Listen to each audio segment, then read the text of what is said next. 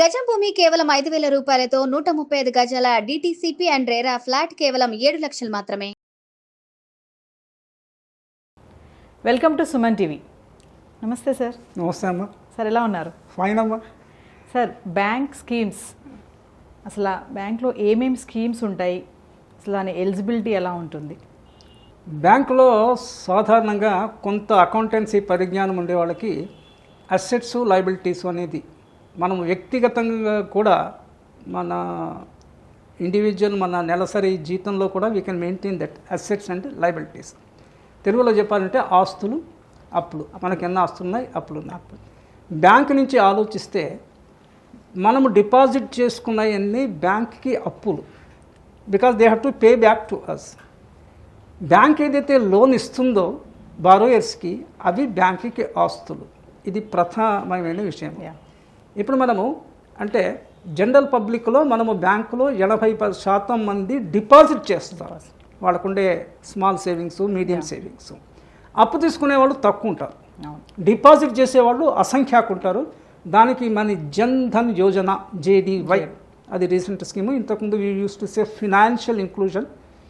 ఈ JDY కింద చాలామంది బ్యాంకులో అకౌంట్స్ ఓపెన్ చేసి డబ్బులు కొద్దిగా గొప్ప దాచిపెట్టారు. రెండు ప్రధానమైనటువంటి అకౌంట్స్ బ్యాంకులో ఉండేవి. మిగిలినవన్నీ దానికి లోబడి ఆర్ అడిషనల్ అనొచ్చు. మెయిన్గా రెండే, ఒకటి సేవింగ్స్ అకౌంటు, రెండవది కరెంట్ అకౌంట్. సేవింగ్స్ అకౌంటు పౌరులు వాళ్ళ వ్యక్తిగతంగా ఇండివిజువల్గా కానీ జాయింట్గా కానీ దాడు they can open the savings account. మనకు తెలుగులో పొదుపు ఖాతా అంటాం. బిజినెస్ చేసేవాళ్ళు కరెంట్ అకౌంట్. ఈ రెండే ప్రధానమైన అకౌంట్స్. ఈ ఫిక్స్డ్ డిపాజిట్లు మిగిలినవన్నీ వీటికి లోబడి వెనక సైడ్ వస్తాయి. మనము చెక్కులు ఇష్యూ చేసినా, ఎవరికైనా డబ్బులు ట్రాన్స్ఫర్ చేసినా కూడా ఈ SB అకౌంట్ నుంచి కానీ కరెంట్ అకౌంట్ నుంచి కానీ పోతాయి. This is the basic thing. ఈ SB అకౌంట్లో మన బ్యాలెన్స్ ఎంత ఉందో దాని మీద ఆ బ్యాంక్ యొక్క హెడ్ ఆఫీసులో చాలా కమిటీస్ ఉంటాయి. అసెట్స్ అండ్ లయబిలిటీ కమిటీ అని ఒకటి. ఆ కమిటీలో వాళ్ళకి ఎన్ని డిపాజిట్స్ ఉన్నాయి అనే దాని మీద వాళ్ళు ఎంత రేట్ ఆఫ్ ఇంట్రెస్ట్ ఇవ్వగలరో వాళ్ళు నిర్ధారణ చేస్తారు. ఇంతకుముందు RBI SB అకౌంట్స్లో ప్రామాణికంగా ఒకే రేట్ ఆఫ్ ఇంట్రెస్ట్ 4%, 5% అలా పెట్టేది. ఇప్పుడు అలా లేదు. ఏ బ్యాంక్ అది నిర్ధారించుకుంటుంది. ఈ సేవింగ్స్ని కరెంట్ అకౌంట్ని కలిపి, అంటే మీరు పేపర్లో అంతా మన ప్రేక్షకులు చూస్తుంటే కాసా అనే పేరుతో పిలుస్తారు. కా అంటే కరెంట్ అకౌంటు, సా అంటే సేవింగ్స్ అకౌంట్. నేను దీనికి నిల్ అని నా ప్రతిపాదనలో నిల్ డిపాజిట్స్ అంట.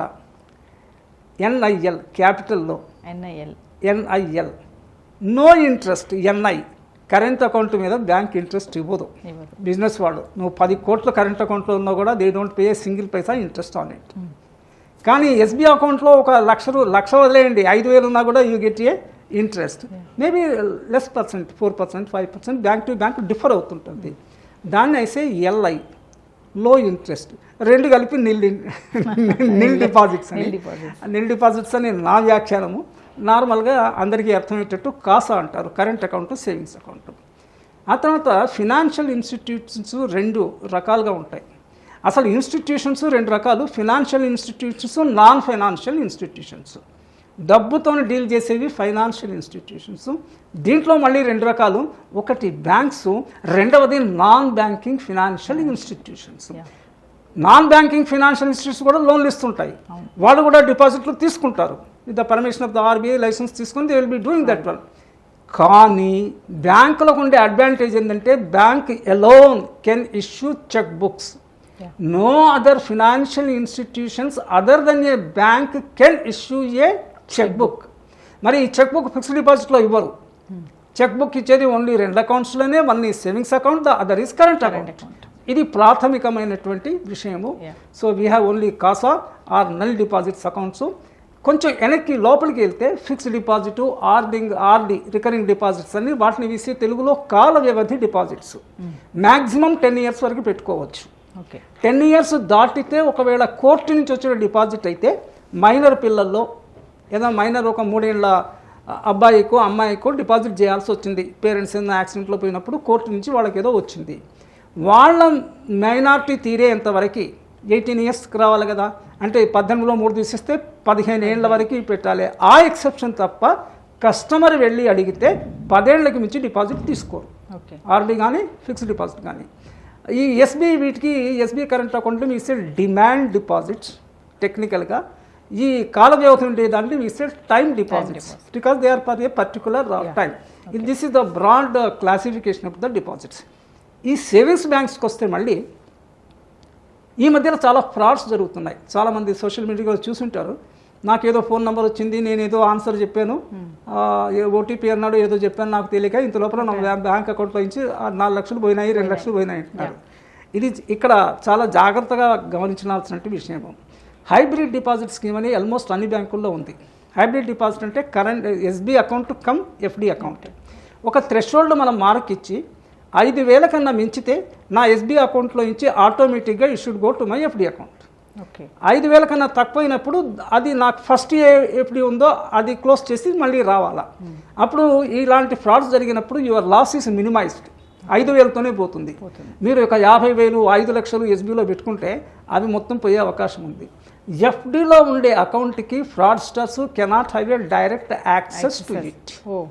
వేరే ఇవి ఫ్రంట్ ముందర ఉంటాయి కాబట్టి వీటికి యాక్సెస్ ఉంటుంది, దానికి ఉండదు. సో శ్రోతలు ఇది గమనించుకోవాలి. అంటే మేనేజ్మెంట్లో ఒక టర్మ్ ఉంది, when the loss cannot be avoided at least it should be minimised.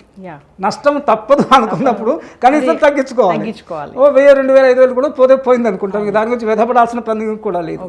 కానీ 50,000 లక్ష పోతే ఇట్లా కొంత మనిషికి బాధ అవుతుంది కదా. This is one thing, this is the hybrid deposit. ఇంకా కొన్ని బ్యాంకులు కొన్ని స్పెషల్ స్కీమ్స్ వాళ్ళు చేయొచ్చు. Maybe additional what I say insurance component కానీ ఏదైనా సర్ప్రైజ్ గిఫ్ట్ వాటి మీద అంతా కంట్రోల్ పెట్టింది ఆర్బీఐ, అలా చేయకూడదు అనేసి. But still this is the బ్రాడ్గా this is the classification of deposits.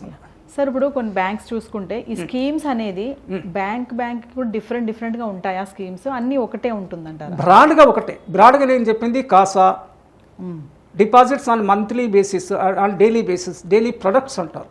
అంటే యాక్చువల్ బేసిస్ మీద ఈరోజు 10,000 నా ఎస్బీ అకౌంట్లో బ్యాలెన్స్ ఉంది, రేపు 15,000 ఉంది. ఈరోజు ఒక రోజుకి 10,000కి ఇస్తాడు, ఆ 15 రేపటి నుంచి 15,000కి, మళ్ళీ రేపు పొద్దున 8,000 అయితే ఆ 8,000 మీద, అంటే యాక్చువల్ ప్రొడక్ట్స్ మీద ఇస్తారు. ఇది ఫండమెంటల్ రూల్. ఓకే.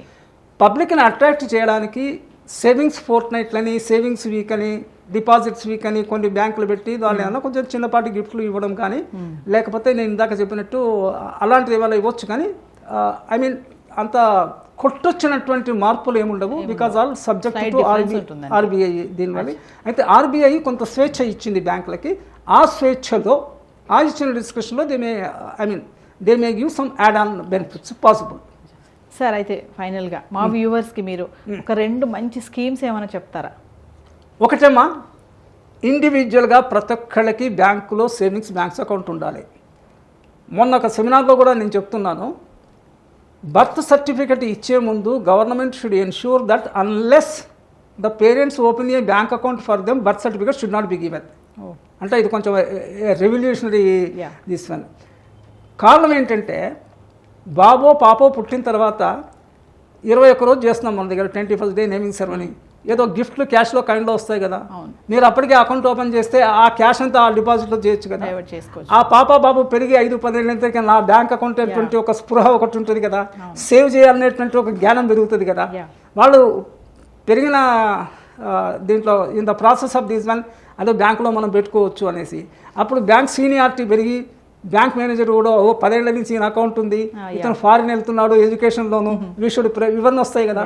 అందుకని నేను పేరెంట్స్కి చెప్పేది ఏంటంటే, పేరెంట్స్ వాళ్ళ ఎల్డర్ పీపుల్కి ఎదురుకి బ్యాంక్ అకౌంట్ ఉండాలి. ఇంతవరకు లేకపోతే రేపు ఓపెన్ చేసుకోండి. రేపు పొద్దున మీ ఇంట్లో ఏ పాప బాబు పుట్టినా కూడా immediately on the day of their birth open account to them. SB account ఉండాలి. ఇది కరెంట్ అకౌంట్ వచ్చేసి బిజినెస్ చేసుకునే వాళ్ళకి, పెద్దవాళ్ళకి బిజినెస్ ఇది ఉంటే అది ఉండాలి. ఎస్బీ అకౌంట్లో తర్వాత ఇందాక నేను థ్రెషోల్డ్ అని చెప్పింది, దానికన్నా మించి ఉన్నవి we can have it in fixed deposit. దానికి మించి ఉంటే we can invest out side the bank in real estate కానీ, ఇన్ షేర్ కానీ, ఇన్ గోల్డ్ కానీ వీ కెన్ ఇన్వెస్ట్. ఇన్వెస్ట్మెంట్లో రిస్క్ ఉంటుంది, సేవింగ్స్లో బ్యాంక్ దాంట్లో రిస్క్ ఉండదు. ఆ తర్వాత ప్రతి బ్యాంకులో 5 లక్షల వరకు each bank for each person deposit insurance corporation వాళ్ళతో ఇన్సూర్ చేయబడ్డాయి. ఒకవేళ బ్యాంక్ ఫర్ ఎనీ రీజన్ దివాలా తీస్తే 5 లక్షల వరకు కస్టమర్కి డబ్బులు వెనక్కి వస్తాయి. బ్యాంకుకు చొప్పున 20 బ్యాంకుల్లో 5 లక్షలు అంటే 1 crore తీసుకోవాలి. అందుకన్నా యావరేజ్ వాళ్ళకి మిడిల్ పర్సన్స్కి అంతకన్నా డబ్బులు ఉండవు కదా. So I suggest that every one should have a bank account. Sir bank schemes గురించి చాలా బాగా ఎక్స్ప్లెయిన్ చేశారు. Thank you sir. నమస్తే అమ్మా.